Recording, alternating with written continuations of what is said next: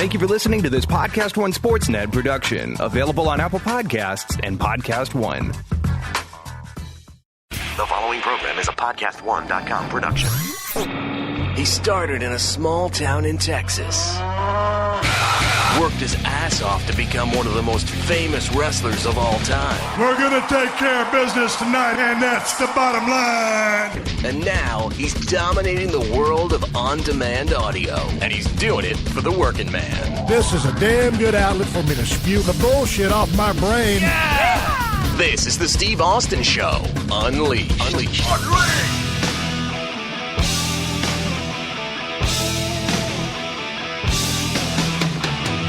All right, man, I'm sitting here with Pat Patterson.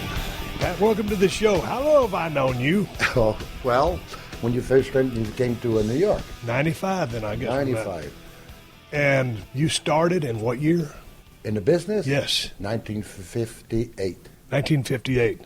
I've always known you just as Pat Patterson, the guy who was the agent and helped guys with their finish.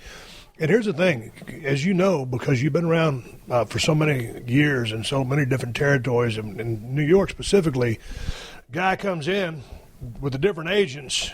You know, I was kind of a Blackjack Lanza guy. Exactly, I was going to say that, yeah. He was a guy that kind of handled, my matches. In the book, we're sitting here talking about Pat's new book. It's called Accepted. I read this thing from cover to cover. And shit, let me just backtrack, Pat. The book is mesmerizing. You live such a hell of a fun life. I mean, it had its ups and downs, your high spots and your low spots. Yeah. But it's a very fun book to read.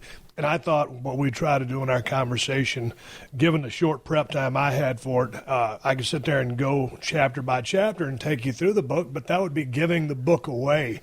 So I just kind of wanted to pick your brain, shoot the shit, and just talk about the business and coming up. Well, I'll tell you what, when you first came here, I remember that.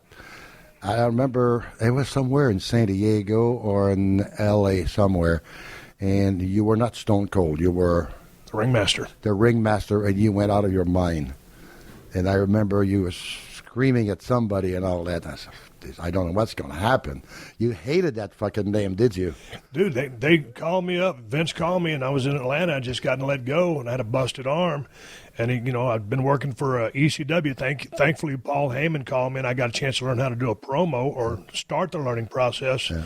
So, no, when Vince pitched me the ringmaster, I'm thinking to myself, this is the dumbest shit in the world. But it's my foot in the door because, Pat, we'll go over this in the conversation. 2 times Vince had talked to me, but I knew he only wanted to bring me in as a mechanic. This time he was at least pitching me a gimmick. It was a bad gimmick, right, but it was a foot in the door, and the promoter wanted me. It wasn't me wanting to go because I had to, which was the case. Right. But as you know, you just don't want to have to make that phone call these days. So, no, I didn't like that gimmick at all because it wasn't going to go nowhere. No, it's not you. Yeah. And with all due respect to Ted DiBiase, who was my manager, and I got on YouTube and I watched an old match with you working with Ted. Tremendous. Yeah, I loved it. As good as Ted was, I just learned to start talking, so he was a hindrance. And I say that with respect because he's one of the greatest workers that I ever saw. I see. But that was a dead end. But my point is, the whole time that I was here in WWE in my career, you helped me out many, many times. But I wasn't in your clique. You were Rock's guy. You were everybody's guy. Well, yeah, but you focus on your different main guys. I remember a few times with you, and first of all, talk about Stone Cold Steve Austin. You had a character that was strong as it could be, and you were a pro. And I remember a lot of times when you were in the card, you were watching backstage, you were watching the matches. You want to see who was doing what, because you don't want to do the same thing. And occasionally, sometime when you knew what you had to do for the match, and you would say, Pat, what kind of fucking shit is this? That guy, God damn it. Steve, calm down. Maybe we can come up with something else. Yeah, they better, you know what I mean? A few times, well, we will come up with something, So this way, it's easier to come back to, what if we do it this way or that way? Well, damn, that sounds much better, you know what I mean? And after that, you were easy to play with, But we're all that way. We have a new character, and something is not working, you know what I mean? And then somebody say, what about this way? Oh, okay, But did you get the sense that I had a bad attitude? No. Because sometimes when I hear dealings of myself, I was a little ornery, but I mean, I was so hungry. I'd been fucked around for 7.5 years. You were paranoid I had a chip about on that. my shoulder. Yeah, you were paranoid about that. Then all of a sudden you hear something and you get really upset. Did anybody else go to you and says, well, calm down. I'm going to go have a sandwich at the catering, and about an hour from now we'll sit down and talk. Sometimes guys get mad and they don't want to do this. Okay, give me some ideas. So I love that. Shawn Michael, these guys, I just love to help somebody because we all get stuck. We all need to be produced. That's what you say over and over in the book. Yeah. And let's go back to when you were a kid growing up in Montreal. And, dude, there was 11 family members in your house. Was it a condo or an apartment? It was an apartment. It was an apartment with 2 bedrooms. 2 bedrooms. 11 people and no running water.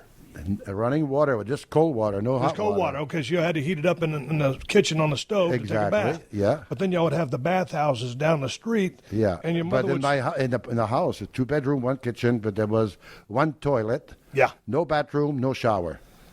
You had to wait in line to go to the bathroom. And then when you took a shower, your mom would give you a sliver of soap, and you go down to the public bathhouse, and then she would ask you for the sliver of soap when you got back. Oh, yeah, you have to. Yeah. So nothing was ever handed to you. No. Pat, as a kid and reading a book, you're always looking for an audience. Yes. Why was that? I mean, I don't know. One of my brothers, he was about 2 years younger than me, and he was good at playing hockey. It wasn't me. I don't know what it is. When I was a kid, I was an altar boy, and I'm with the priest. There's a big wedding, what I mean? Then I'm with the priest. I'm dressed like him. I give him the ensign or whatever. I'm in front of the people, I like that, And then later on, I watched the Ice Capade, Yeah. God damn, I like that. And in my neighborhood, every kid play hockey, right? I got a pair of figure skate. And I'm skating with the girls like this. Hey, you faggot! Because I had those kind of skates. They didn't know what it was, but I'm doing, And I went for an audition when they came to Montreal. My father said, you're not going anywhere. I was too young anyway. Circus. There was a circus outdoors, and I would hang around, try to go on the trapeze and everything else.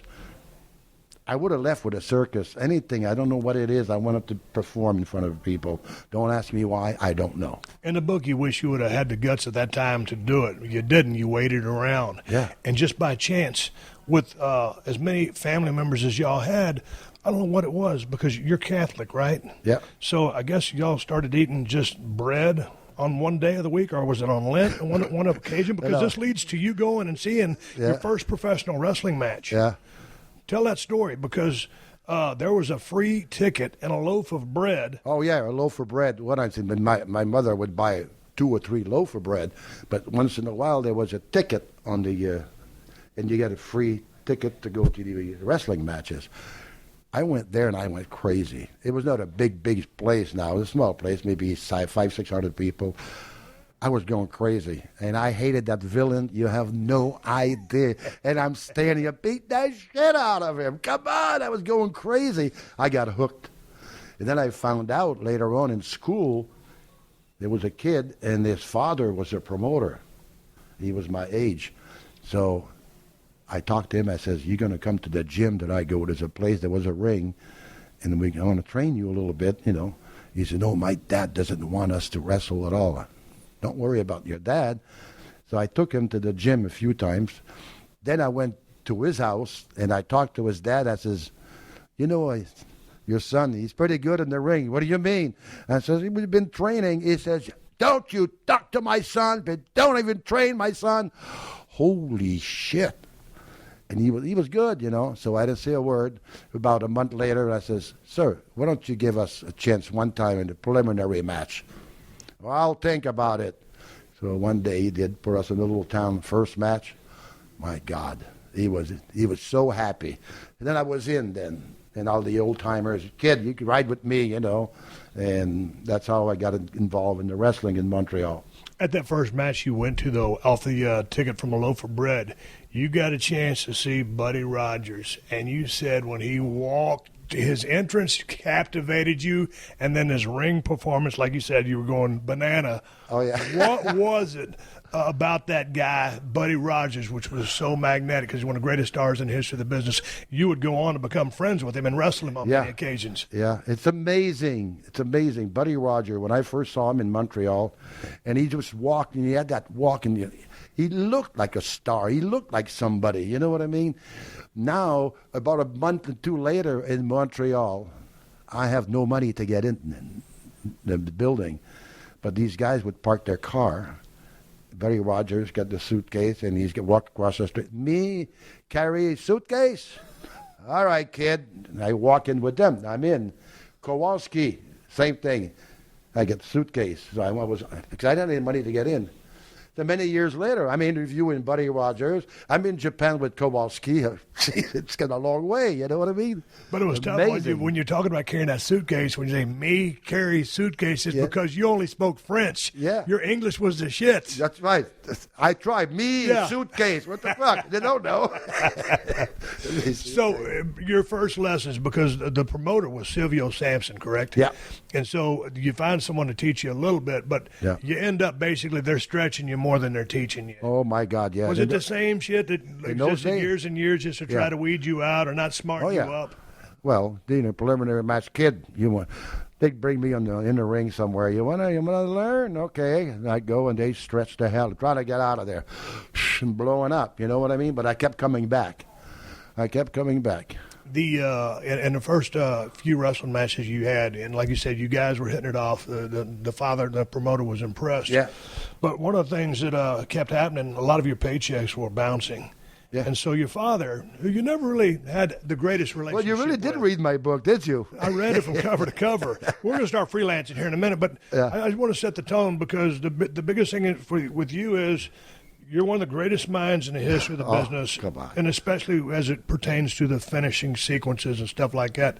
So I just wanted to get to how you went That's through a big compliment processes. Coming from you, I'll tell you that. Well, it's a true story, and you know it is.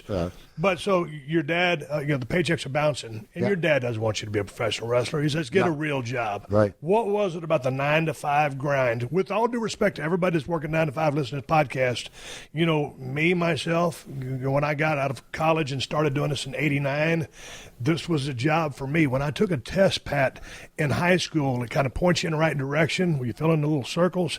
It said I would make a good park ranger. I didn't want to be a park ranger. So I wanted to be a professional wrestler. Oh, God. So what was about the 9 to 5 or just a regular job that was so abrasive to you? I worked in the factory where they make ice skate and shoes, and they put that on the thing, and then I might have to put them in the box, and they had all day in, day out, day in and day out. What the hell? I'm not going to do that in the factory. I got fired. So I had to get another job at the cookie factory. Huge place. I lasted 3 weeks. I told her to go to hell. Yeah. That was it. My mom and dad screaming, you can't keep a job for Christ's sake, Then I tried that big factory behind our house, cigarette factory. It's huge. And if you get a job there, you're there for 40 years, and you're all set. You know how many times I made an appointment there? At least 50 times. And the girls goes, sir, you came here last week? No. I said, I know. And I'm glad they didn't take me. I'd still be there probably. It wasn't for you? No. Growing up in the book, you really admired Killer Kowalski. Yeah. I guess you wore purple trunks. You would wear the same when you started. Right. God, what you was did read the book, Steve. I don't fuck around. Wow. Pat, what was it about Killer Kowalski that he was just your hero? He was vicious. I mean, he was mean. Thank you. He was mean, and he had the purple boots, purple tights, and purple jacket. I had some made for me, man. That was like a young Kowalski. And it's a funny thing. The first time he saw me wrestle, I was in Boston, and the promoter in Boston brought in Kowalski and a couple of guys, top guys. I said, oh, my God, I'm in the same car as Kowalski. Now I was in the locker room. I was afraid to put my boots on because I got the same thing. Maybe he's going to give me shit. What the hell is that? Get still in my gimmick. I know. In fact, the promoter says to Kowalski, he says, I was in the first match. I said, Kowalski's going to watch you. I was a nervous wreck. I preliminary match. Bing, about 10, 12 minutes. And I came backstage. He said, did a good job, kid. Oh, God, I was in heaven. And then later on in years, I was in Australia with him, and I was in Japan, and I tortured him. You know why? Why? Because he has a hard time. He's a vegetarian. He has a hard time eating, and I would order food for him that was not good. I said, they brought you this. I don't want that. Another rib you pulled on him when he would go to the bathroom, you would put chicken in his rice and do stuff like that to him, and he'd have to reorder again. Everything. You were terrible. I know. You're one of the biggest ribbers in the history of the business. That's one of the things. I have this book here, and because, look at all the dog-eared pages, Pat. Those are ribs and funny stories. My book is torn up because there's so many ribs of you we'll get laughing to that your ass off. Yeah, we'll get to it. But I've got to get to something else first. The Carnivore Club. Hey, if you're a meat eater, then this is the club for you. Carnivore Club is a monthly subscription service that sends 4 to 6 premium quality cured meats in every box. And each box features a different artisan and a totally different selection. Like wine, the craft of cured meats is an art form that requires endless hours of trial and error to perfect the recipes. And with Carnivore Club, you're going to get everything from chorizo to rare exclusive stuff like Wagyu beef and Iberico ham. You'll also get some of the hard-to-find artisan meats like water buffalo and cranberry salami. And you can choose a membership plan that works best for you. Monthly, bi-monthly, quarterly, or you can purchase a 1-month box to see how you like what Carnivore Club has to offer. And right now, you can go to carnivoreclub.co to join the club. That's carnivoreclub.co. This also makes a great gift for the meat lovers in your life. And if you sign up now at carnivoreclub.co and use my promo code Steve, you'll save 15% on your first box.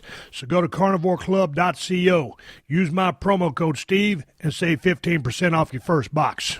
One of the things I like about the book is how you wrote it, because anybody that's ever spent any time with Pat, if you know him, the book is just like he's telling you the stories. He'll start getting ahead of himself. He'll go back, but wait, we'll get to that in a minute. We're still here. That's how the book is. I'm relaxed. I'm having a blast now. I'm going to tell you something. Having a blast. But this is, man, other than having drinks at a bar, being in a finish room, I mean, we never really got to just hang out and shoot the shit because, you live where you do. I live where I'm at. We're both busy, but our common thread was the business. I want to go to Killer Kowalski because you said because he was so goddamn mean. So let's segue here. One of my biggest things these days, because I want someone to learn something in the business, to learn something about the business. A heel, I watched many of your matches. You had a mean streak. Many heels, and I got a chance through your book.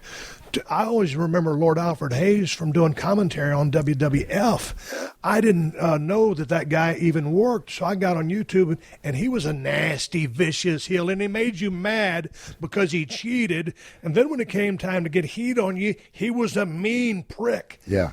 Explain the importance of a mean streak, Pat, because to me it's so simple. You mean as far as being mean? Yes. You don't just go through the motions. It's with... No, you got to... You take pleasure, or it's a passion to fucking instill. Exactly. When you throw a punch, your facial expression, you mean it. You just don't do it for fun. Right. When you grab that leg and you twist it, you got to show me that I'm twisting that. That's the whole thing. It's the facial expression is so important. So you're working with Silvio Sampson in Montreal. Yeah. How long were you there before you would end up going down to Tony Santos in Boston? Right. I was in Montreal. I wrestled with the kid a little bit there.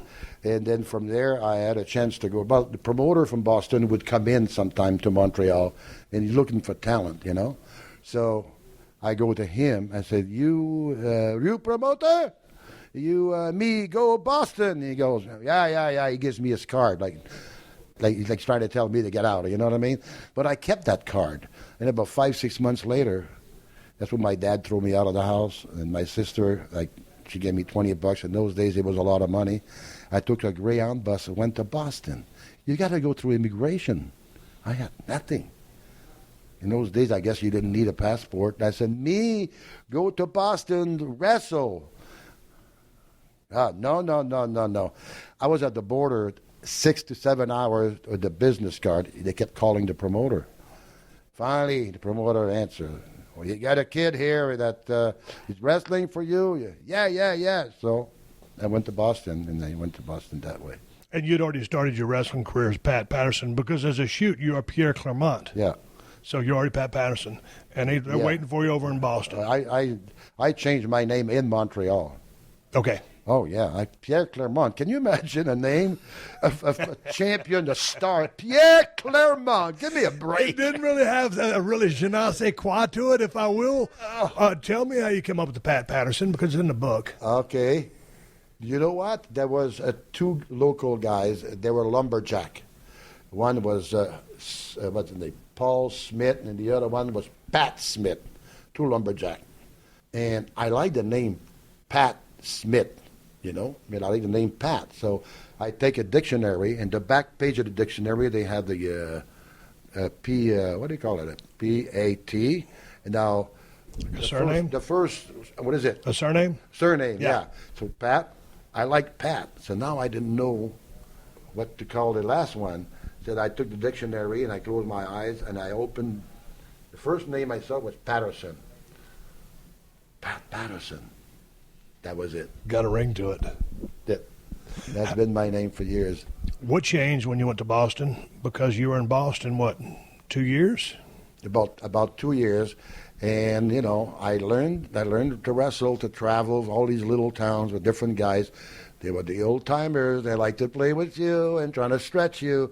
But after a while, they like to work with you. Come on, kid, you're taking good bumps, right. You know what I mean? They help you, And I was there for 2 years. I had a blast. Oh, my God. I was young. I didn't know. I didn't make any money. I was living in an apartment at $10 a week. So at this point in your life, and later on we're going to get to this, you always felt comfortable when you really started understanding the business, whether you're working heel or babyface, you always preferred to lead the match. Mm-hmm. But I'm imagining when you get to Boston and while you're still in Montreal, or if you're working with Samson's kid, maybe you were calling a match, but I'm imagining you're still following at this point, correct, and learning? Oh, yeah. But I learned from them. They were telling me what to do. But eventually, and I said, wait a minute, when it's my time, I'm going to teach these guys what to do. I came to that level where they started believing in me. You know what I mean? In those days, I just wanted to lead, and some of these guys are just looking at you. Come on, it just felt that way. I bet you're the same way too. Oh, well, because I don't hear very good.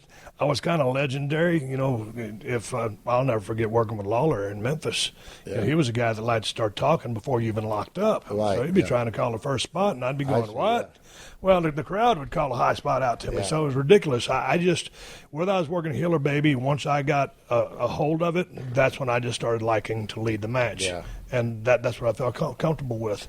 It's funny about leading a match, and that's one thing I had to do. Come on.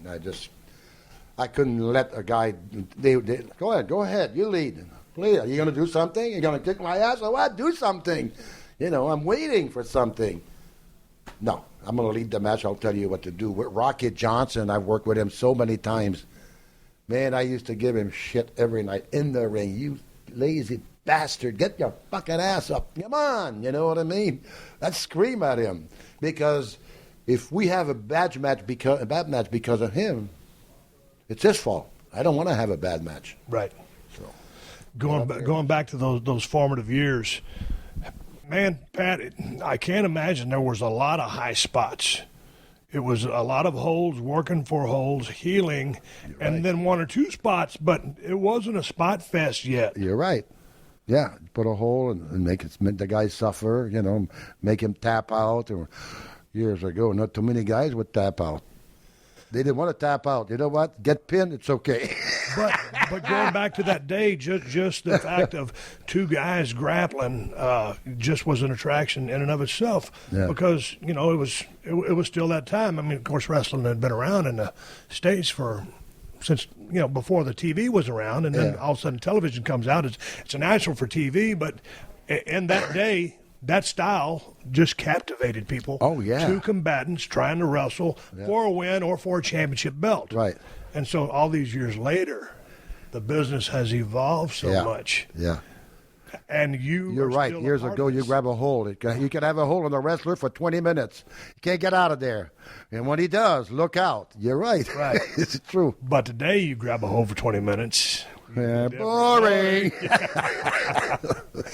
Hey, in Boston, you're out on a town and you meet Louie. Yeah. Your life partner. Yeah. For 40 years. Yeah. And then so you guys become an item. And this is back in the day when the business was protected. And so y'all protected the business. Yeah. But you protected your relationship. Yeah, Louis, it's a long story in a way because I met him in Boston, and I would see him on the weekend because he lived outside of Boston. He had a motorcycle. He'd come and spend the weekend with me and go, He was a good friend, But then in the meantime, Mad Dog is in Oregon. He's a star in Oregon. And I don't know how still don't know today how he got my address in Boston. He sends me a letter. Your book in 2 weeks in Oregon. You better be here. Mad Dog wants me to go to Oregon. I had no idea where Oregon is. Then I go to the promoter in Boston. I tell him I want to go to Oregon. He takes a map. I've never seen him back that big. He's like, you're going from coast to coast. To me, it was like going around the world. And he says, you could starve to death. That scared me. I didn't go. About 3 weeks later, I got another letter from Mad Dog. You better get your fucking ass over here. Oh, my God. Now I have to go. I borrowed money from Louis, flew to Portland, got a little apartment. I stayed in a hotel. Mad Dog was there. So about a couple of weeks later, I missed my friend Louis. So Louis flies in. But you were just thinking, hey, man, when you said goodbye to Louis, you were just going to go do your thing. I didn't think I was ever going to see him, no. And he was going to go do his thing. Yeah. That's Pat Patterson's phone going off. Anytime someone's phone's going off, they owe me a beer and you a beer. So Pat Patterson owes you a round. I'm sorry. There's a lot of noise. We're right here at the Staples Center. Pat doesn't know how to work his iPhone. This is classic clusterfuck material here on the Steve Austin Show. But you just figured it was over. You'd never see him again. No, I never thought I would see him again. But God damn it, after a while, I'm all alone, I'm in the hotel room, and one of the boys would pick me up and all that stuff, And I asked him to come to Portland. He quit his job and left his family, everything. I mean, he had a good job in that little town there. So we're sitting in the lobby of the hotel. I never forget that. On a Sunday night. Who comes walking in? Mad Dog. My friend Louis, when he saw Mad Dog, because he heard of Mad Dog before. Mad Dog comes walking in and he's drunk. And Louis sees Mad Dog, he runs out the fucking door. You brought your boyfriend with you, did you? I says, well, he's my friend. Where did he go? I says, Maurice, I don't know. He got scared.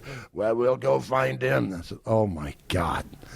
Get in the car. We're driving all the way downtown Portland from one street to the other, and he's going, where the hell is he? Where the hell is he? I said, Dog, I don't know. Turn here, turn there. Then he sees him on the sidewalk. He puts the window down and says, get in the car. Louis keeps running. Yeah.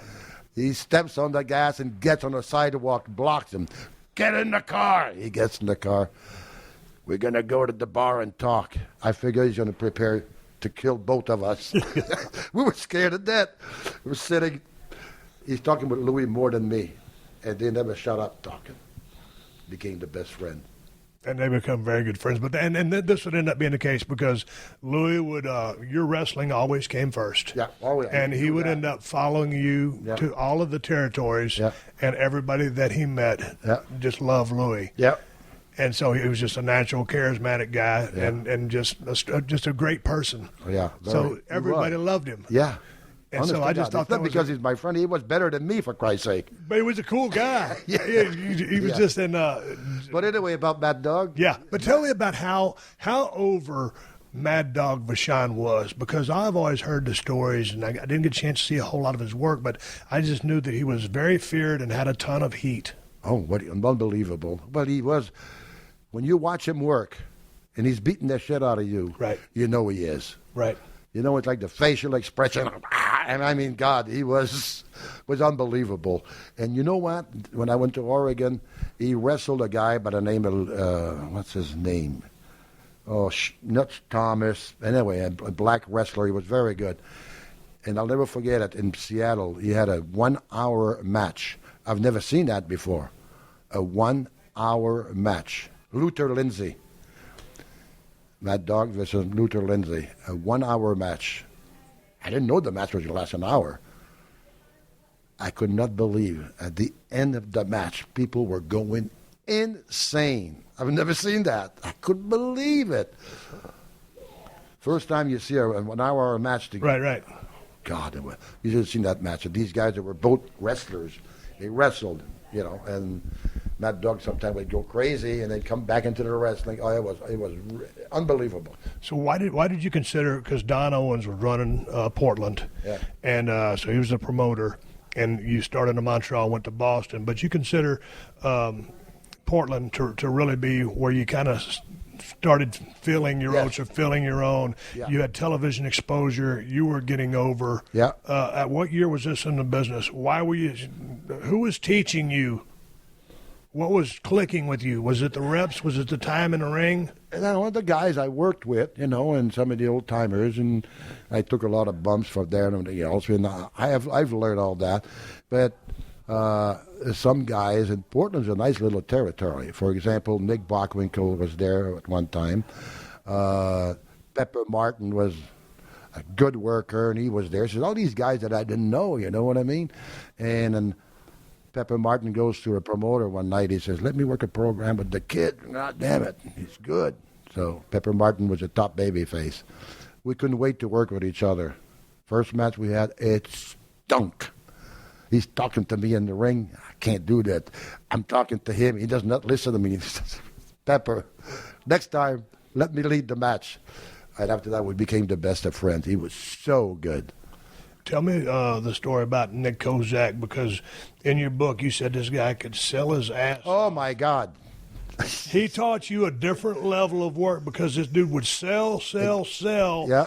And because he was so great at selling that people would go crazy when he made his comeback. You know what? But that was an eye-opener for you at that time in your life. Exactly.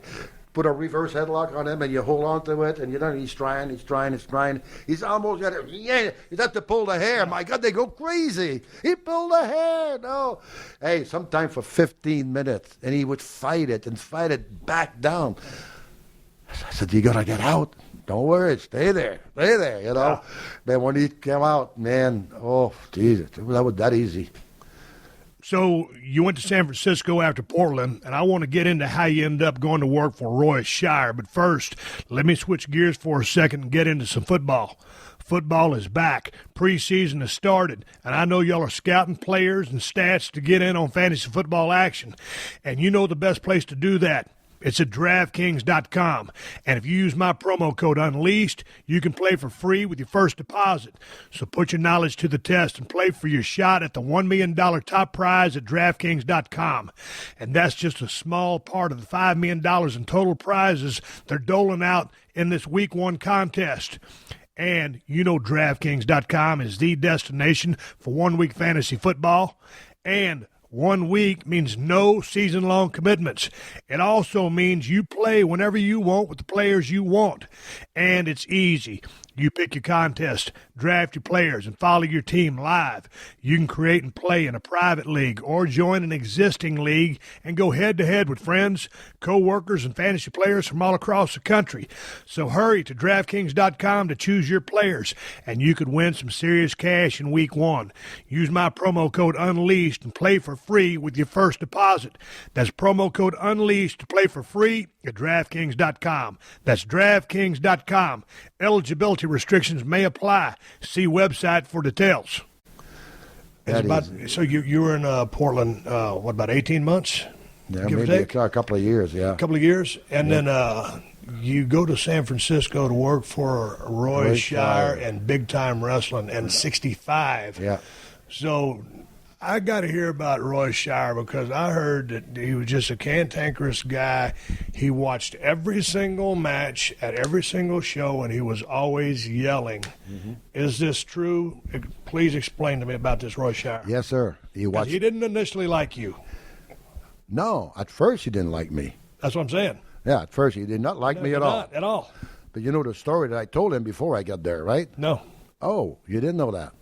I was in Portland.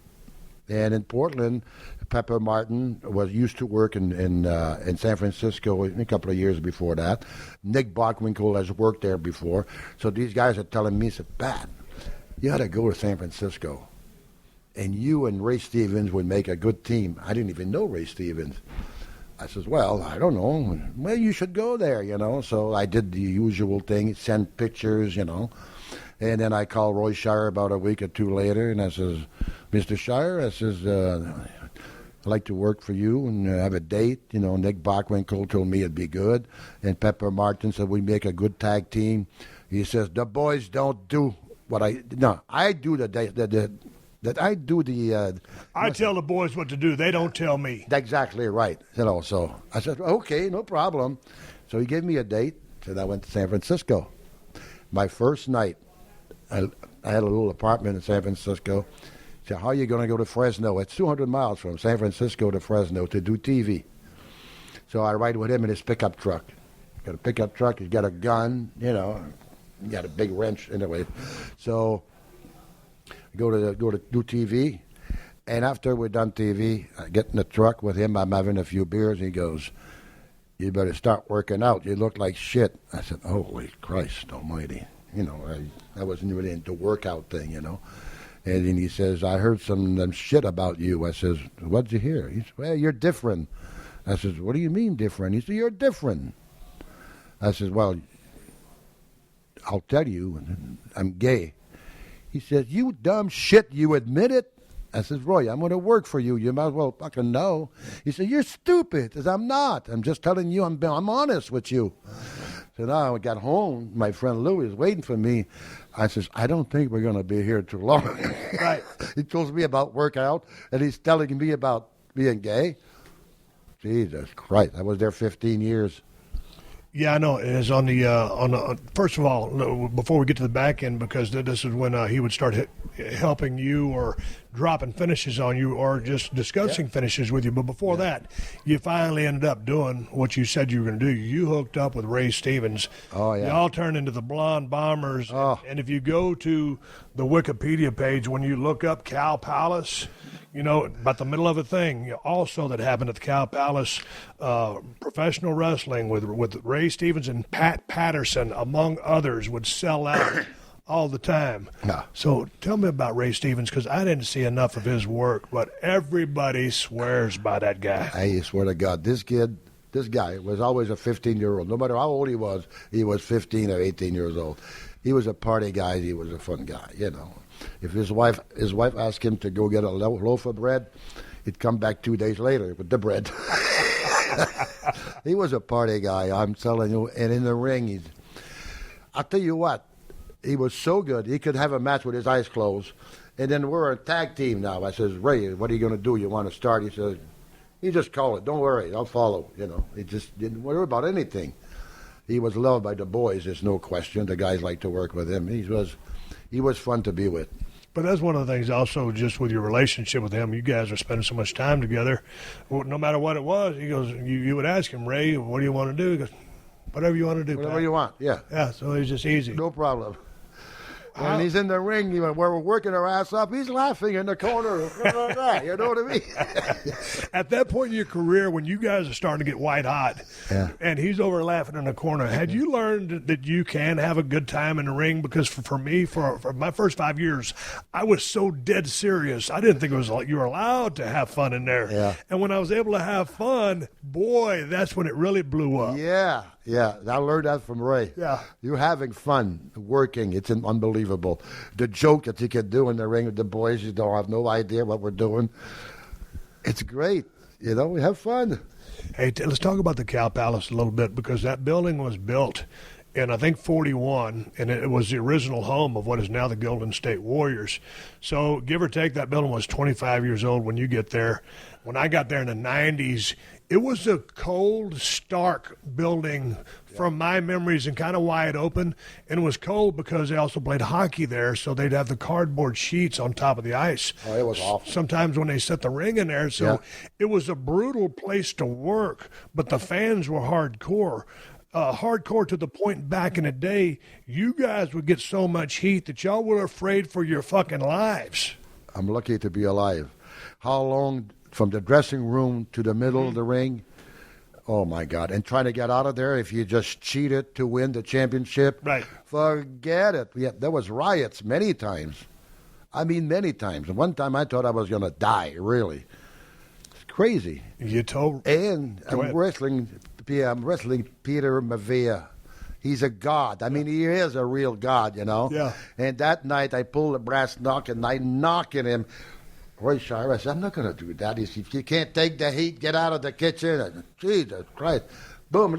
Peter is bleeding all over the place. Who do you think comes in the ring? All them Samoans. Alpha, Sika. They're killing me. Yeah. He saved my life, Peter. He really did. I swear to God. These guys. And then Sika was the one that really crazy. Like we see the 3-4 weeks later, I'm wrestling a return match.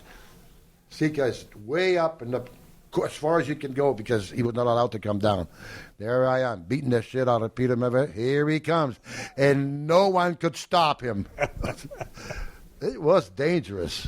Jesus. What was it about? In your book, you call two people wrestling geniuses. You call Roy Shire and Eddie Graham down in Florida. Yeah. Now, as you first started off in San Francisco, Roy didn't like you in the beginning, but then y'all had your meeting. He understood. He accepted you. It's the name of the book. You've always been accepted. Yeah. And he knew that you would work your ass off and high integrity, go out there and do what you set out to do.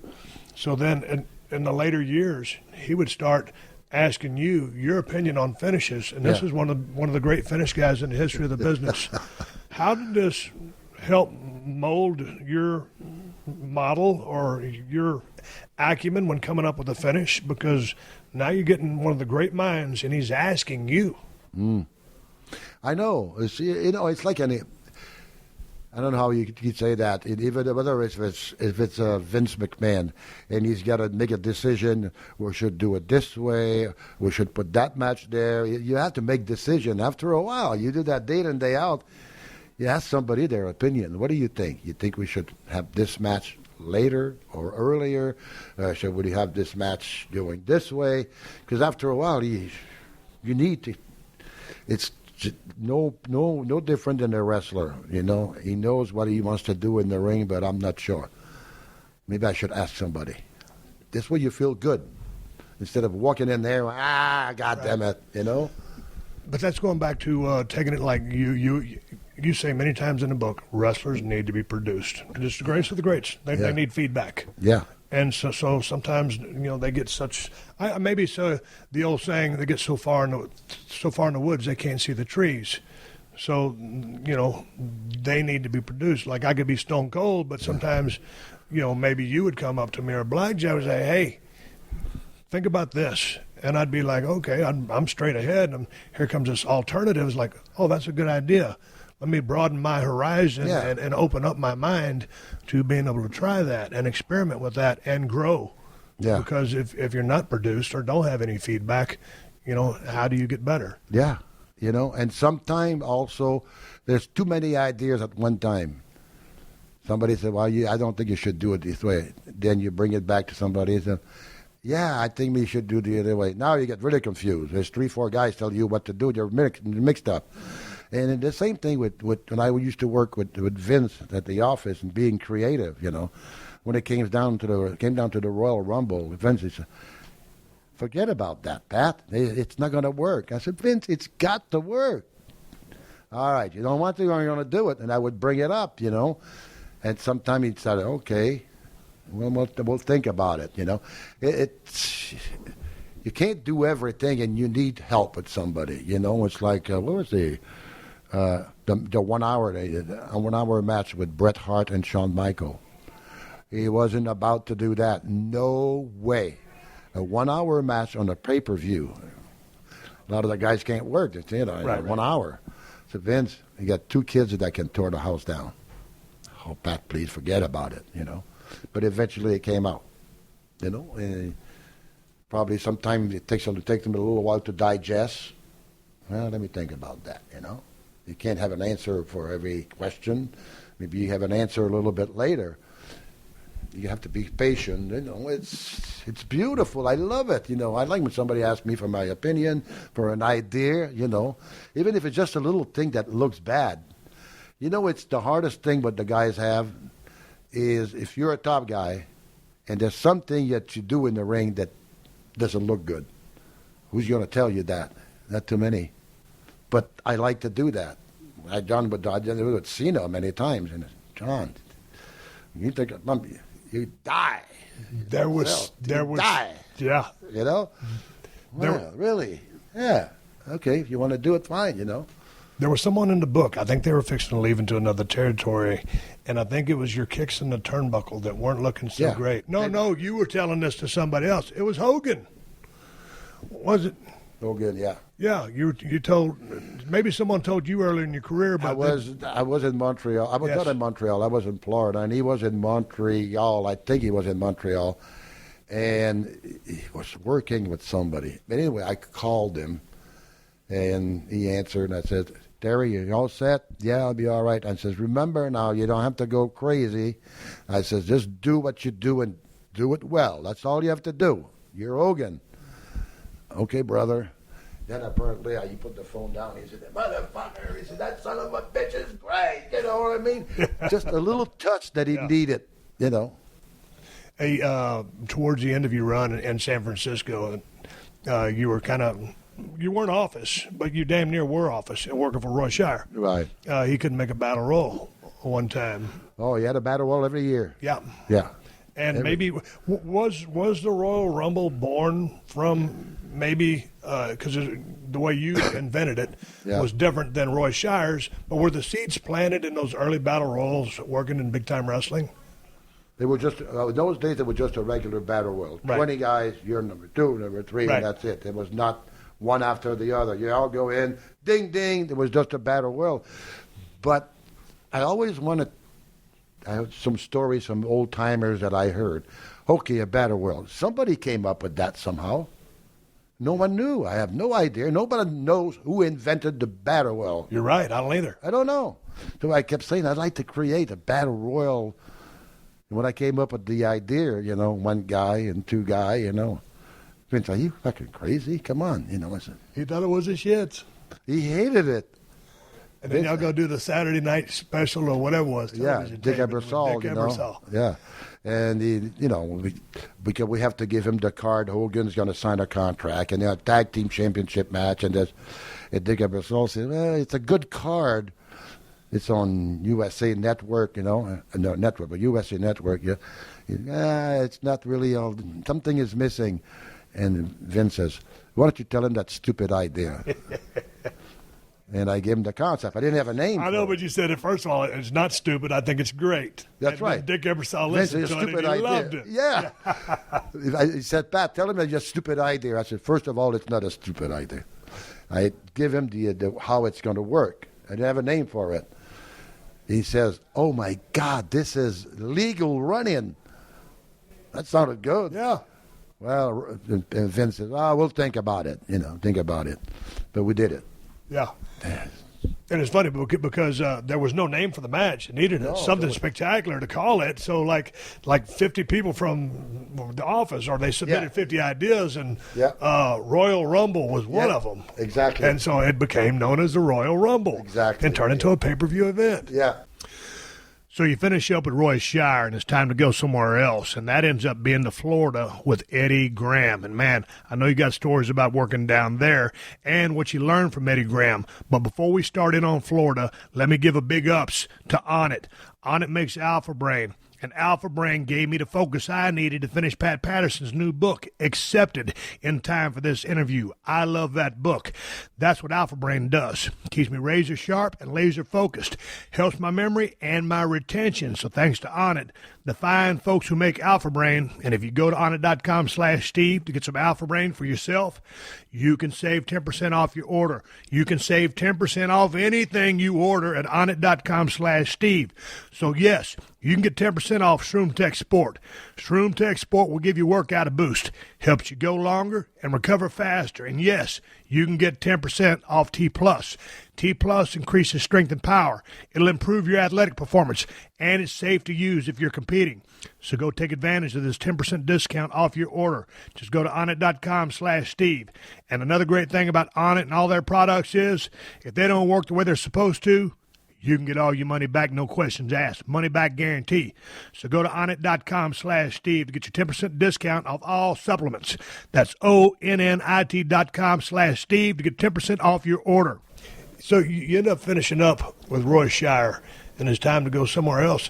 You went down to Florida. You worked for wrestling genius Eddie Graham. And Johnny Valentine, I think, had the book. Yeah. You and Johnny weren't on the same page. No, not at all. But what about Eddie?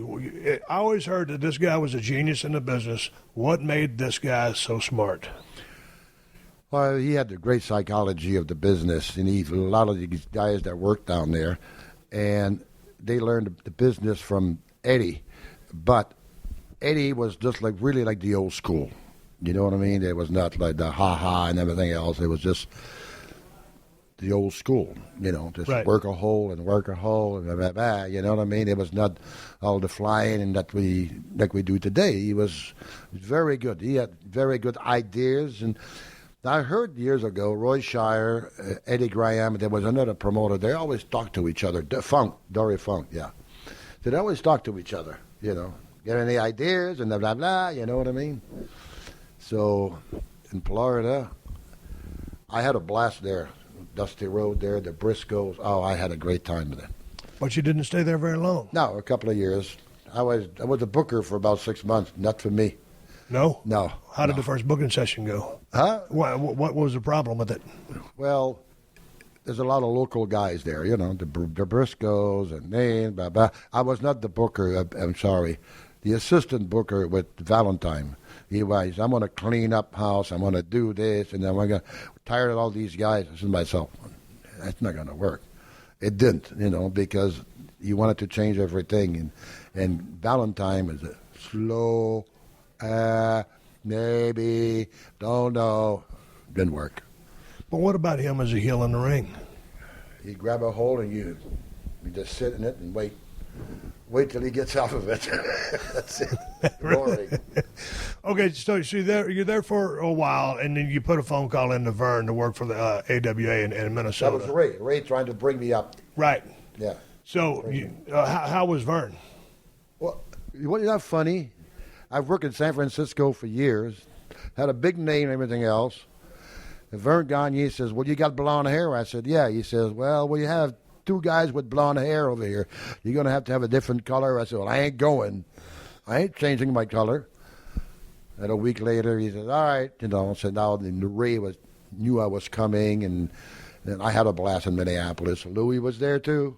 What was the style in the ring in AWA all the way up there in Minneapolis? Was it different than the places that you had been, from Montreal, Boston, Portland? Basically the same. Same? Now, wait a minute. In those days, Vern Gagne, the Bruiser, the Crusher, these were the guys, you know what I mean?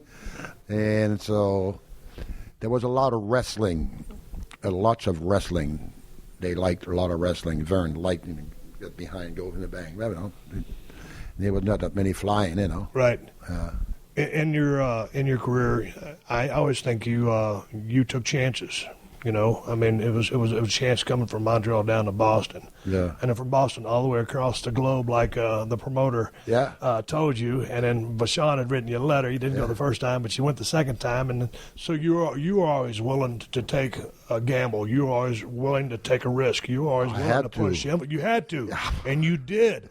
But after your time in the AWA, you requested a meeting with Vern Gagne because as laid back as Ray Stevens was, you wanted to know what a promoter's plans for you were because you were thinking in the here and you were thinking in the future. Yeah. And so Vern tells you, he goes, I don't tell my secrets. And, since Ray went with the flow, you needed to know. You said, I don't tell my secret. Yep. And he said he wouldn't tell you. And you said, well, fine, I won't tell you my secrets. That's right. But the secret was... New York. You had a secret ace in the sleeve with Vince Sr. Yeah. How did that transpire? Great. Mike LaBelle was a promoter in Los Angeles, and they were friends and everything else. And Mike LaBelle calls me. He said, Vince wants you in New York. I said, me going to New York? Give me a break, for Christ's sake. I never dreamed of that. And I knew that thing with Ray and I in Minneapolis we had enough, you know what I mean? So I told Ray, I said, I have a chance to go to New York. He said, go. Goddamn, go. I said, well, that's what I told Vern. You have any plans for us? I don't tell my plans. I said, I got plans too, but I ain't going to tell you either. See, I got to know. I said, no, you tell me yours. And I told him, I says, I'm going to New York. That's it. So Vince's plan, Vince Sr.'s plan, he wanted you, was it right out the gate? He wanted to work 4 back-to-back shots in Madison Square Garden with Bob Backlund as champion? Yeah, well, he brought me to New York to work with Backlund, but back-to-back, I don't think he was sure. He didn't know. Oh. I mean, if the first one is no good, you ain't going to go with the second one. Right. Because in New York, you got to sell out or you got to have a crowd. First match I worked with Backlund, it was like the old man. He was so happy. Then go to another one. Then go to another one. Then go with 4 with Backlund. That's unheard of. It was not a picnic.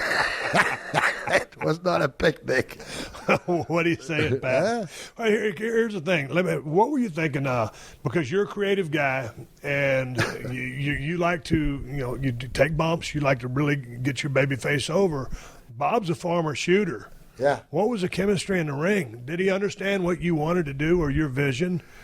He was told, when I tell you, do it. That's it. He had to listen to every word I say. I had it made because Vince says, listen to Pat. But he had the mentality, shooting. Right. He was always afraid that somebody's going to double-cross him. He wrestled with some big guys, right. You know what I mean?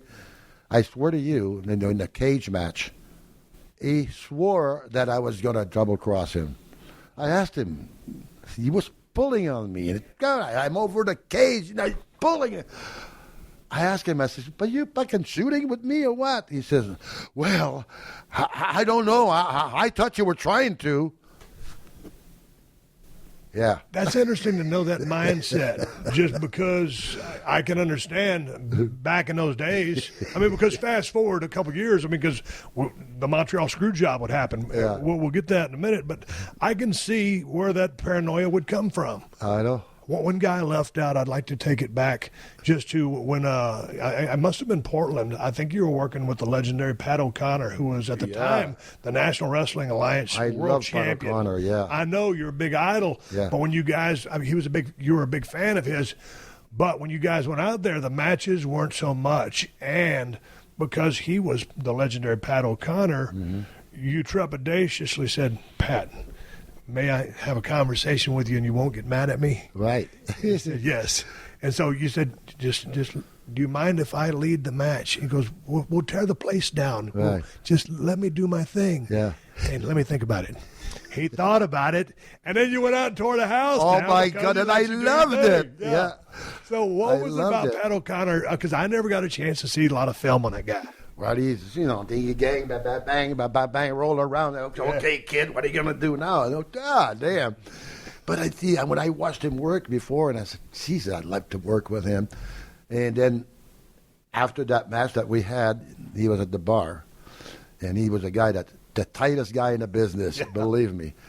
And I said, I'd like to buy you a beer, okay? He says, no, I'll buy you the beer. I almost had a heart attack, for Christ's sake. Yeah, it was nice, Hey, what was the deal with the when they in '79 when you were crowned the first Intercontinental Champion?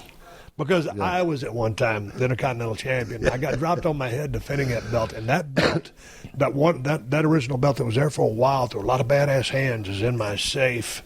You were the first IC champion, but you were never in. Where was it? Rio? Where was it? It was in Rio de Janeiro. You were never in Rio de Janeiro, but you're the IC champion. Don't ask me what date and what day. And you know, it's only fitting that belt would start off with a hellacious worker, because some of the best workers in the history of the business, at times, that IC belt was the belt to go see. That's true. I never thought of it that way. If you guys are champion, right, you're right. Yeah, I mean, so a lot of times, the world champion was the world champion, but the workers were the ones carrying that IC strap, and I was just so coveted to me, and you were the first one. Oh, God. Another thing that I got to say it. It's Sergeant Slaughter, the alley fight. Dude, in 1981, we got to talk about that. I watched that match 3 times the other day. Jesus, you're kidding. Was he selling or what? Oh, my God. Huh? But just the magic that happened on the turnbuckle when he gets the job done in action, not on a mat. While he's flying, hits one, and he's just busted wide open. Oh, my God. And he's falling down on one knee, and he wants to fight. And he was so good. But both of you guys were selling in such epic fashion. And that's the difference. Selling. I know you're here now today and you still work with WWE hands-on. You file reports about what you see.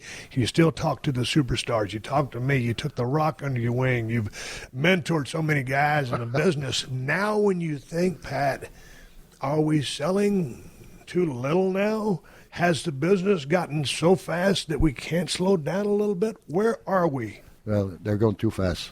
Yeah. My opinion, I think so, too. There's a certain style, they ba-bing, ba-boom, ba-bum, okay, fine. But the top guys, they got to slow down for me. And, that being said, I want to go. What you got? Okay. I was just like, go ahead, I'll get to that. And about selling. Yeah, well, I want to talk to you about How did Shawn Michaels get over? Yeah. Telling. How did Bret Hart get over? Telling. And how is Dolph Ziggler telling? He wrestles a little bastard. Right. He does. He wrestles. He's nothing. He sells Shawn with fucking crawl and bang. You know what I mean? Dolph is the same way. He tells a story. But it goes back to the quote about Roy Shire. No matter how good you were in the ring, he didn't care about your moves. Exactly. All that mattered was the psychology. He didn't care if you did something spectacular. He cared if it meant something. So, Pat, a guy can go out there and do a bunch of whirly-gig flips and flops and but if it doesn't mean anything at its core essence, then what are you doing? Yeah. What was it to be effective? Or are you just showing off? Yeah. So it has to mean something. Yeah. So sometimes I think, and I'm not going to turn this to a nitpicking session on today's business because I'm 51 and I've been out forever. You're 75 and you're working with these guys, so I'm not trying to offend anybody. But when I look back at my move set, it was very basic. Even The Rock's move set was very basic. But he was very athletic. Yeah. But, he would sell like crazy, but it wasn't about a big presence. Well, his presence was larger than life, but it wasn't like he was doing a million things. What he did and how he got over as a performer and people loved him fueled and when their love for him. And when someone got heat on him, you remember the buildings. Yeah. Oh, are you kidding me? Rocky. And the roof would blow off the place. Yeah. So, but it's selling. Okay. What is your take? And I asked Ricky Morton this the other day on getting over. One of his things was right place, right time. Right place, right time. But I don't really believe that. Okay. What do you believe? You're there. If it doesn't work, you go someplace else. But I think you go there and the wrong place, the right time. I think it just maybe you don't give it a chance. Man, to me, I don't know. I'm just everywhere I worked at the promoter, and after 6 months, if I don't make any money, I just leave. I can't say, wrong time, right place. I don't know. It's maybe a different. Well, I think it's more of a thing where if the circumstances are right, because I mean, you with all the talent that you had through coming up, all the lessons that you learned in your peak at San Fran, or when you went to New York, if you didn't have it all together and have some presence and charisma, but maybe that's what it is. Then instead of saying wrong time, right, wrong place, maybe they didn't have it. Right. It seems if somebody has it. But yeah. You know what I'm trying But to you say? have to have it. You have to have it. Yeah, that's what I'm saying. If you're in a territory for 6 months and they're not doing anything with you, it's because you got something they don't like. But also, it might not be because you haven't evolved to what's going to get you over, because then I would take you, case in point, and I'm not trying to make this about me, but when I came here as the ringmaster, I'd been working 7.5 years as Stunning Steve. Right. Yeah, I had the TV belt, tag belt. There were plenty of opportunities, Right. but I was only over at a certain level. Ringmaster, hey, fuck that, shave the head, grow the goatee, Stone Cold Steve Austin. All the pieces of the puzzle were together then, and I knew how to work, and I was pissed off, and I was able to then maybe capture people. So then I think, Pat, it's the ability of you as a baby or a heel to capture people, whether it's love or hate, trying to be a baby face or heel, whatever the case may be. But it's resonating or establishing a relationship or rapport with the people, right? Yeah, that has a lot to do. And you know, like you go to some place and you're there 6 months, it maybe I didn't click on this. You know, I didn't click, or they had too many baby faces, they had too many heels, I'll go someplace else. You don't know, but that phrase that they say, the wrong time, wrong place, I don't know. But you got over wherever you went. Yeah, for some reason, I don't know why. Right. But you were also accepted wherever you went. Accepted, but I'm talking about working also. Yeah. You know what I mean? It's like only one place is Arizona. I screwed the promoter, you know. What happened in Arizona story? It was a small territory then, and I worked there, and it was the promoter. He didn't know the business, but he had a little territory around Arizona. So the name of the building, you work there, and on Saturday night, a small building called Madison Square Garden. I think it was 200, 300 people. It was packed, and you got maybe $100 for that night. That made your week, you know, the little towns. But he was such a piece of shit, honest to God. He treated the boys bad and everything else, so I held him up. I had the belt, and that says, I'm leaving. He said, yeah, you got the belt. I said, it's mine. I said, you want the belt? You're going to have to pay me. You know, I held him up.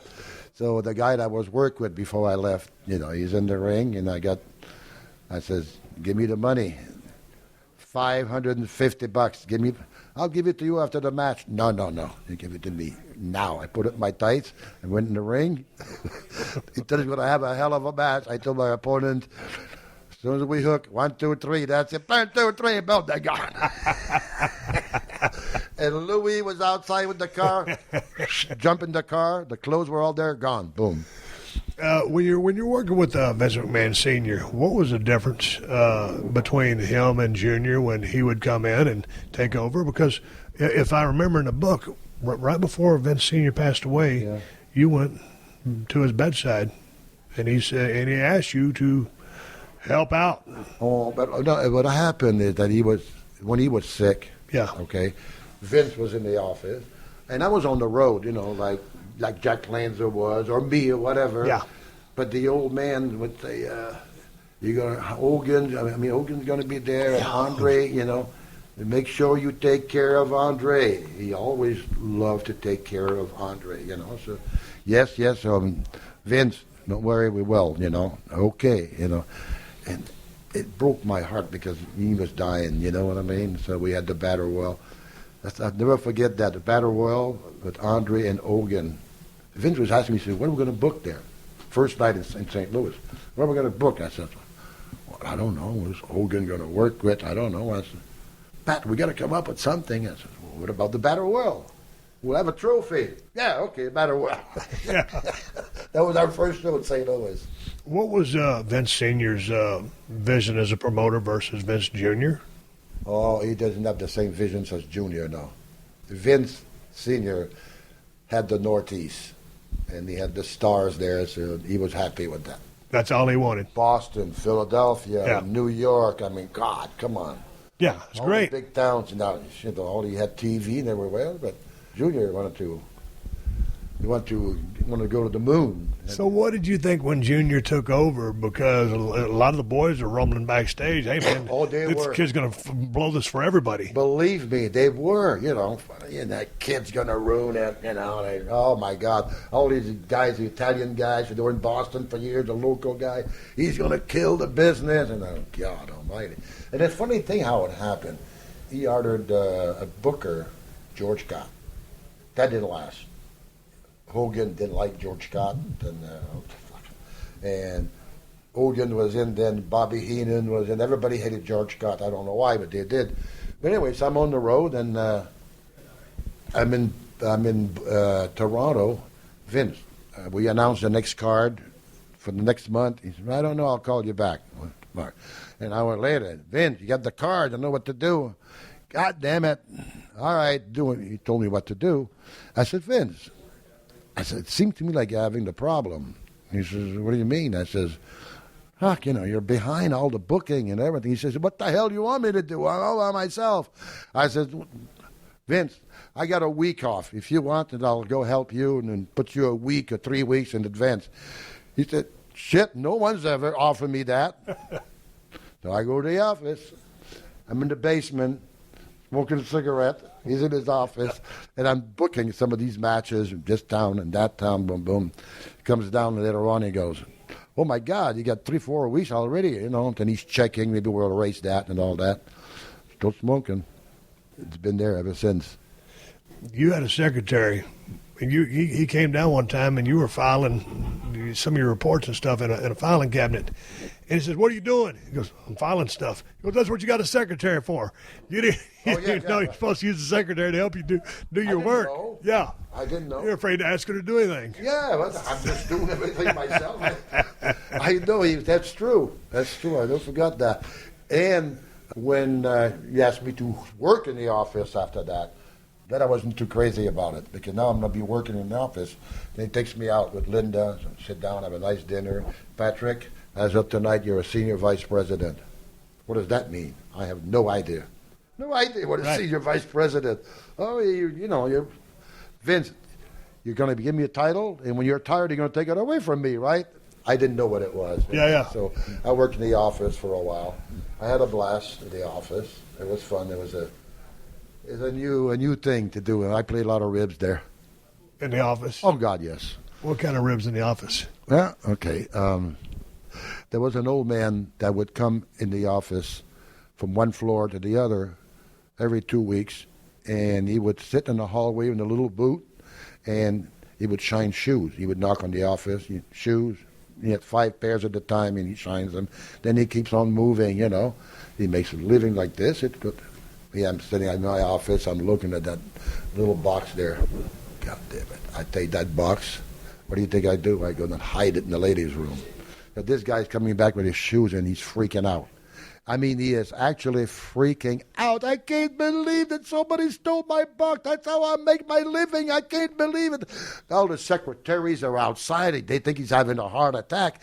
It's the emotion now. It's crazy. I said, what the hell did I do? I'm in my office. My phone rings. He says, Vince, Patrick, did you have anything to do with that? I said, yes. He says, I love it. Oh, some guys would come in the office, there's ceiling here. Now they put the ladder out. They got to put this thing apart and everything else. And they're there for 20 minutes, and they come down. They disappear. What the hell? Been gone for a long time. No problem. Take the ladder and go to hide it somewhere else. They come back. They can't find the ladder. All kinds of things like that. I would put some little note. What do you call it? A little card.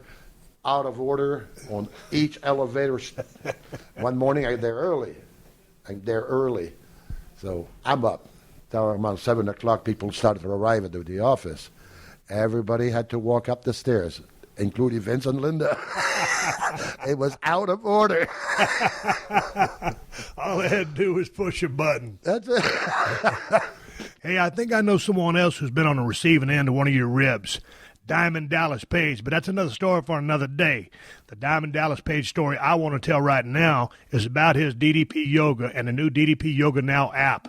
Y'all know that DDP Yoga has changed thousands of lives, including the lives of some of your favorite pro wrestlers.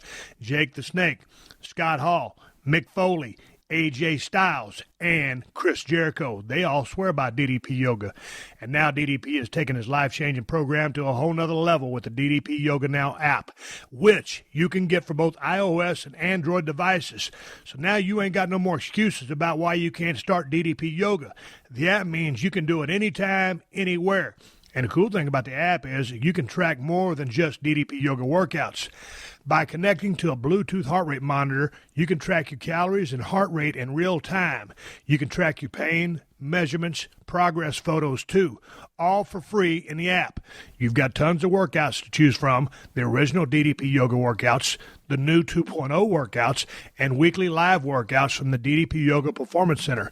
And DDP hosts a gluten-free, dairy-free cooking show with all kinds of surprise guests. So get your workout on, get your healthy cooking on, and get on the DDP Yoga program using the DDP Yoga Now app. And to make it even easier than he's already made it, for a limited time, you can get the DDP Yoga DVDs for 20% off, plus 3 months of full access to the DDP Yoga Now app. Just go to ddpyoga.com/Austin. That's ddpyoga.com/Austin to take advantage of this great deal. Commit now, change your life. Go to ddpyoga.com/Austin to get started. If you're looking to buy a new or used car, then you need to check out TrueCar.com and the TrueCar app.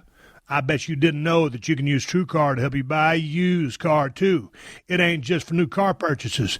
There are over 500,000 pre-owned vehicles available from TrueCar certified dealers nationwide. And there are over 11,000 TrueCar certified dealers.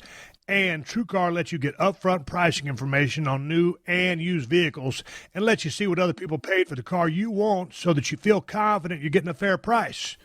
With TrueCar, via their TrueCar pricing curve, you see what other people paid for the car and you lock in your guaranteed savings. Then you can connect with the local certified dealer of your choosing, take them your TrueCar guaranteed savings certificate, and make your car buying experience quick and easy. Over 2 million cars have been sold to TrueCar users by the TrueCar Certified Dealer Network, and TrueCar users save an average of over $3,000 off MSRP. So when you're ready to buy a new or used car, visit TrueCar.com or download the TrueCar app to enjoy a better car buying experience. Some features not available in all states. Hey, let's fast forward. Montreal screw job. You maintain in the book you had nothing to do with it. Absolutely. Straight up shoot. Oh, yeah, shoot. If I had, I would have said, I had no choice to be part of it. I did not know. Steve, let me tell you, I was watching the match, because I always liked it, and I mean, there's a curtain. Owen is there, and what's his name? Davey Boy. Is there. Well, I don't know, watching the match, and all of a sudden, holy shit. And they go, what the hell is this? I had no idea. Now I'm freaking out. And I look at Gorilla. Before there was Gorilla, there was a lot of people there. Yeah. There was not that many that there. Some people knew, but I didn't know. I don't know what to do. I'm freaked out, honest to God. I didn't even go see Vince. So I took my suitcase, my briefcase. I went downstairs in the parking lot, and I said, I'm fucking quitting. I got in the car, and I went to the hotel across the street, have a few drinks, and that's it. I'm quitting. I was shocked, honest to God. Now I'm drinking, and I'm there about a half an hour, 40 minutes. Then I start thinking, I look like I'm running away. You know, I'm afraid. I got to go back. I get in the car. I go all the way upstairs. By that time, it's about a half an hour, 45 minutes later. Where's Brett? He's in his room. So I start walking. Somebody said to me, don't go in there now. There'll be trouble. I said, I'm going. They said, Vince was there earlier. I said, I don't care. I'm going to go talk to Brett. And I knocked on the door. Who's that? It's Patterson. They opened the door, and I went to Brett. He was sitting down. I said, Brett, goddamn, I had nothing to do with it. If you believe me, shake my hands. If you don't, You know how much I fucking helped you over the years. I didn't know. I did not know. And he wouldn't shake my hand. And I left. And the next day we were in Ottawa. Oh, my God. I was even the boys were a little upside Well, it was down, strange because I hadn't been in the company real long. Huh? I thought, man, when Brett got screwed, and then he was going to go down to WCW, and I was just thinking, what are we going to do with the one and only Bret Hart? You know, Bret Hart was a big part of my career. Right. Man, I love that guy. Yeah. So I'm like, what are we going to do without Bret? Yeah. Because I just thought that much of him. Yeah. And, of course, you know, everything transpired and everything ended up okay, but there was a lot of bad blood there forever. Finally, you were able to break through and make peace with Bret, right? It took a long time. Yes, many years. 2 or 3 years, I think. Yeah. What would you have thought had you been in his boots that night? I don't know. I mean, that's ultimate betrayal, right? But by not wanting to do business, I mean, the promoter has to do what the promoter has to do. Yeah. But Yeah. you say this in the book many times, Pat. This is sports entertainment. Yeah. So everybody knows that. Yeah. But to us, it's real. Yeah. And so Bret was so real about that and his fan base in Canada that he had made up his mind that he could not drop the belt there anywhere else. But not I thought there. that was wrong on his part, big time. Big time. So what do you do? Vince had to do what he has to do. Right. I don't blame Vince. No, after at first you go, what the hell did he do that for? Oh, my God. After a while you digest it and you know the reason why he had to do it. Right. You know? But I didn't know. The funniest thing is that in the afternoon they're sitting down together, you know, and I'm there, and sit down with them, blah blah blah, and when they're talking, they walk away. And now I know why they were talking because I think Sean knew it, but I didn't. So they're all getting along. Vince was, how they doing? Doing great. Right, they're talking spot. Great, okay. I had nothing. As good as the Iron Man match was, in 60 minutes, I think they added a few minutes to it. There was never any love lost between those guys. I don't think at that time there was. Well, I think they were so competitive. Yeah. I think they weren't mad at each other, but I just think they were so competitive that was an awesome match. But then after that, you know, the screw job, I think that there was a divide, but I guess in the video that they did, the DVD, I guess, now that they've come full circle. Pat, in all your travels on the road, all the ribs you played, all the bullshit shenanigans, you never got into drugs. No. You love to drink. Yeah, like you'd vodka. Yeah, and we've had a few drinks together, and I'm starting to love my vodka, my whiskey, and my beer. That's it. How was it with trying to, when you first started being in the position that Vince hired you in, because this was before everybody had cell phones, and trying to get finishes to guys, and guys would not turn up. We take for granted, or the business today takes for granted, or relies upon modern technology. Yeah. But back in the days, it was, and you guys were running 4 shots a night. Oh, it's crazy. And so you were the guy that everybody was calling. So what could have been a dream job was a fucking nightmare, wasn't it? It was, believe me. It was crazy. Because Vincent was trying all new things. He was growing, and now, Pat, you're going to take care of this town. Oh, you have no idea. So many stories. So many stories. What happened in 2006 when you were in Montreal? You were visiting, and you were having some pain. Yeah. And this would lead to your aortic aneurysm? Yeah. Describe that to me. Well, I was playing golf, and I had my sister with me in downtown Montreal, and my back was killing me. And God damn it, I thought it was golf. So I go outside, and I stretch on the sidewalk, and it was a pain in the back. It really was. So since I was not living in Montreal that much, my sister took me to Laval and to a clinic at 4 o'clock in the morning. But she made you go, didn't she? Oh, she came with me. Yeah, because you're trying to no-sell it. Yeah, I got to go. She says, we're going to go to the clinic right now. They took an x-ray. Said, this is very serious. I said, what do you mean it's serious? It's very serious. And you're going to go to the hospital right next block. You got to go there. I'm going to send this. said, come on, Doc. He said, no, it's serious. Go there. And I went, and I waited for about half an hour. There was a specialist there in no time.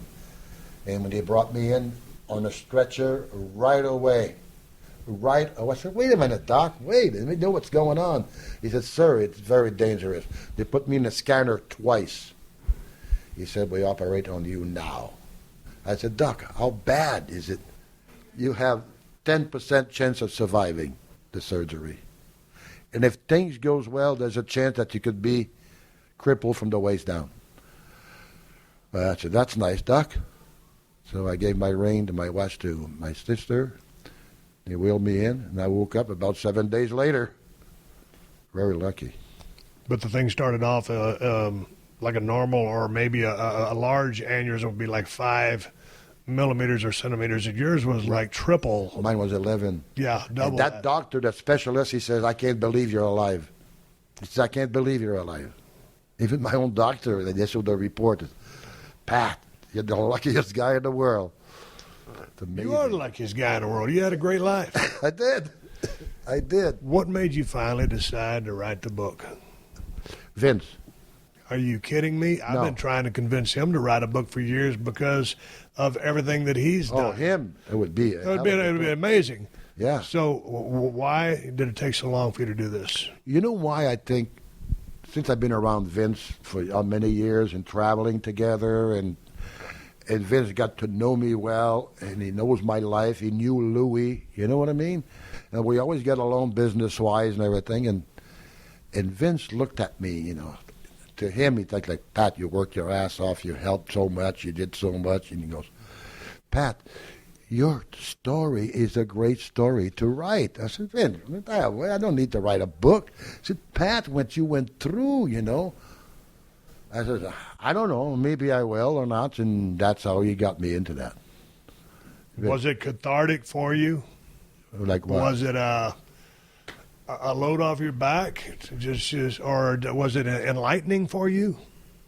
It was a release? It was a question. I said, well, should I write a book?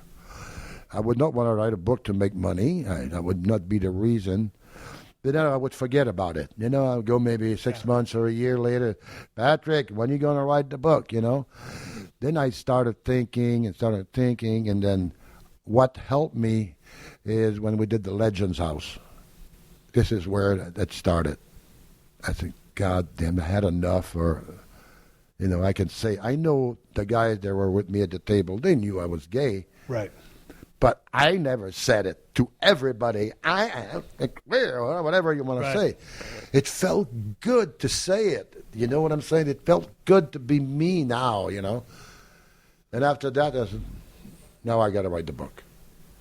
When you did that on Legends House, when you like officially came out, because some people suspected, some people knew, but you had never said it. Or if someone asked you, you'd give them the tough guy routine. Hey, what the fuck you talking about, or whatever, as you've said in the book. Yeah. So, on Legends House, did that just finally free you up to like, hey, it did. Everybody knows now. God damn it, I ain't got to hide nothing. This is me. Yeah. This is who I am. If you don't like it, this is the way it is. But this is me. Yeah. But you know what, Steve? Looking back years ago, you know, you go to the territory and you go to the bar after that. What do you see? Rats. Well, I shouldn't call them that, but they're there. Okay, and the guys can have their pick. Okay, and they go to a party. And they have a good time, no problem. And a lot of times, some of these guys would say, Pat, I'm going to call my wife. I'm going to say hello. She knows that you're with me. There's no problem. Nah, we'll just have a couple of beers. Oh, you're okay with Pat. But as soon as the phone is up, they're going upstairs with a girl, right? It's okay. So that happened every night, which is okay with me. Could I go somewhere in a gay bar? No. Patterson was seen in the gay bar. Oh, my God. No, I could not. You know what I mean? So it sucked. You know? They could have all their fun. I couldn't. No kidding. No. I didn't want to be known in Patterson. He was in a gay bar the other night. Oh my God! Even if you just go to a bar, have a beer, and hit somebody, hey, a gay guy wrestler. I couldn't live my life the way I wanted to. How frustrating was that? Well, you get used to it after a while, but you're still thinking about it. Right. Yeah. Like in Montreal, or anywhere now. In Montreal, I go to the bars, I go to the karaoke bars, the gay ones. I don't give a damn. Had you come out, in speculation or in hindsight, had you came out, maybe your peak years were in big-time wrestling? You're right. With Ray Stevens? Yeah. What if you'd have went to Roy Shire and said, hey, man, at the Cow Palace, I'd like to announce that I'm gay? Oh, God, no. There'd have been it would have killed the territory, right? Not so much kill it. I don't mean, I just mean. I'd be gone. You'd be gone. Yeah. Because you couldn't do that then. Right. And so, but to have that, to like you said, to kayfabe the business, to kayfabe your personal life, all the years that you did. I mean, and the business is one thing because we love it and respect it, but the personal thing, it's you, and that's 24/7. There's you can't get away from that because in many stories, I mean, you're like Nick Bockwinkel, I forget the other guy. Pepper Martin, all these guys. Y'all love to talk about everything but the business. Right. So you could get away with the business, but still be with the boys. Right. But you could never get away from the fact because you were hiding your secret. Yeah. And could never ever be totally free. Yeah. It was a hard thing to do, and I'm glad I did it, Steve. But you wanted to do it to help. Well, I wanted to do it before I die, for Christ's sake. Yeah. You know what I mean? You had to set the record straight, or for no one to be no rumors. Hey, this patent. You own it. Yeah. And there's nothing wrong with owning it. It's just who you are. Yeah. And so, fuck. And you know what bothers me? Because I've used to read stories about where some of the kids, 15, 14 years old, they get thrown out of the house by their parents because they're gay. I mean, it's sad, but the parents nowadays, they accept it a little bit more. But years ago, forget it, Yeah, back in the day, it was a different time. Yeah. But today is today. And some of those kids that got thrown out, they're on the street, getting drugs and shit, you know what I mean? So I hope that it wakes up people anyway. Just go for it. If you have a goal, just go for it. But just in looking back, man, I admire your career and all the chances that you took, all the things that you did. At the end of the day, you were able to. It wasn't like Roy Shire. He didn't really care for you when you first came in. People knew or suspected, but the fact was you rose to the top in every promotion that you went to because your passion for the business, your talent for the business, your mind for the business, your persona and everything that you created, and your dependability. You were the model employee if there ever was one. I mean, straight up, that's the truth, right? Yeah, but you don't bullshit, Steve. I know that. You don't bullshit. Yeah. How could someone ask for a better person? God. And so the name of the book is Accepted, and you were always accepted. And the fact that you got to come out and say, hey, here's the bottom line. Yeah. Yes, I'm gay. Yeah. And there's finally freedom. Yeah. I love the book. Yeah. And I'm going to say this. I had a shit pile of notes on my computer, and I didn't get through half of them. And there's many more stories in this book, and it's a ride that will take you up and down, and you will laugh out loud on some of the stories of the ribs that Pat played. But it's a book. It's written from the heart. I didn't want to just go straight from the book. I wanted to talk about some of the promoters that Pat had worked for because there's some great learning lessons in there. But if you have any kind of passion for the business, or if you just want to hear about a story about a guy that was gay who reached about the highest level you could reach in the business of professional wrestling, a macho, badass, tough business, I suggest you read Accepted by Pat Patterson because I enjoyed the shit out of it. And it was able for me, Pat, as long as I've known you, as much as you've helped me to read your story, and goddamn, you had a hell of a life. And for all the things that you had to hide, you always made chicken salad out of chicken shit. You did. And so the glass is always half full. Yeah. And Louis, the wonderful Louis, for 40 years, and God rest his soul, he passed away. I didn't go into that, but you guys just did your thing, and y'all blended with everybody, and people loved you. Yeah. I love you. Steve. Thanks for talking to me. Can you imagine Stone Cold, Macho Man loves me. SOB in the history of the business, goddammit. Isn't that beautiful? Wow, this is the compliment. Thank you, Pat. Thank you so much. All right, everybody, give me the go-home cue. It's time to wrap up this podcast and ride off in the sunset. But before I do, I want to thank my guest, Pat Patterson. Pat Patterson helped me out tremendously in my career in the WWE. He really helped out the great one, The Rock, the most electrifying man in the history of sports entertainment, and so many other people, including The Undertaker, Chris Jericho, Cactus Jack, Mankind. I mean, he probably helped DX. I know he's helped Triple H in all kinds of capacities.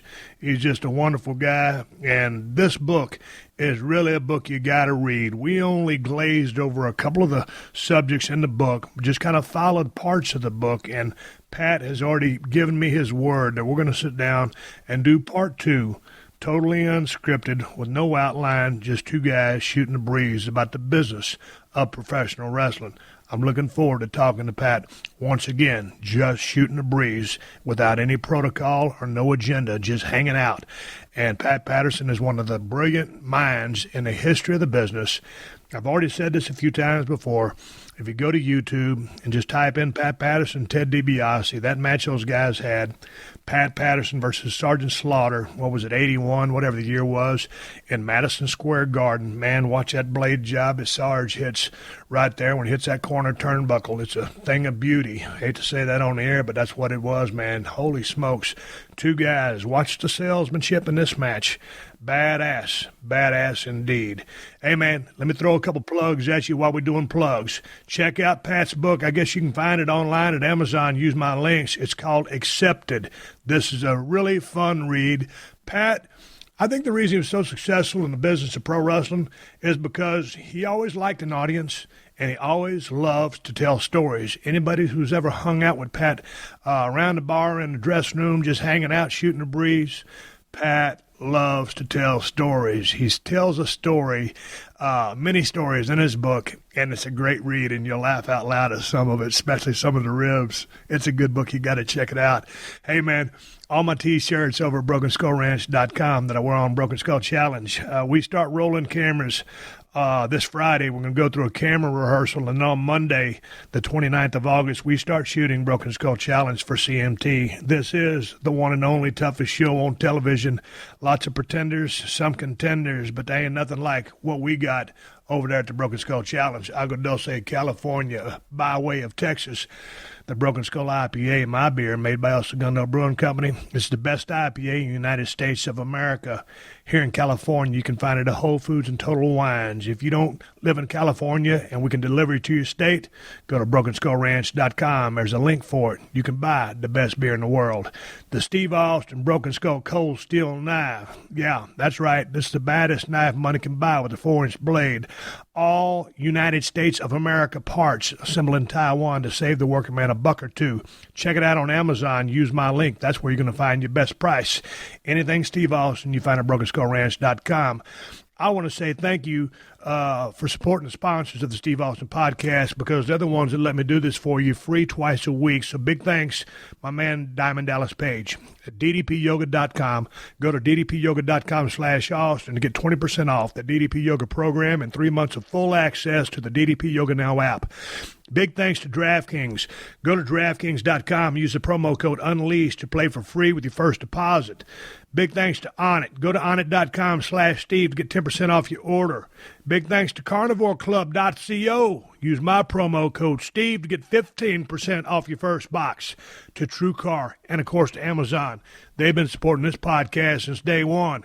If you use my Amazon links whenever you're doing your online shopping, Amazon will kick back a couple of bucks to the podcast. It doesn't cost you nothing extra. Ain't no hidden fees. You buy whatever you plan on buying, and you will help out the podcast in the process. And you can find my Amazon links by going to PodcastOne.com, click on the Killer Deals button in the top right corner of the page, and then hit the Steve Austin Show button. I got Amazon links for Amazon USA, Amazon UK, and Amazon Canada. So Go to PodcastOne.com, click the Killer Deals button in the top right corner, then click on the Steve Austin Show. All my great sponsors are there. All my Amazon links are there. You can bookmark it and save it and do it all in one click. Amazon helps us pay our production costs, and they don't charge you nothing extra. That's a great way to help this podcast keep running 2 days a week for free. Hey, folks, keep listening. The 60-second AP News headlines are coming up next. Until next time, my Tuesday show, family friendly. I'm talking with the best tag team in the world today, The Revival, NXT Tag Team Champions. They are Scott Dawson and Dash Wilder, two badass cats. It's a very candid conversation. I had a pleasure talking to them. Until then, my name is Steve Austin, and I will catch your ass down the road. Download new episodes of Steve Austin Unleashed every Thursday at PodcastOne.com. That's PodcastOne.com.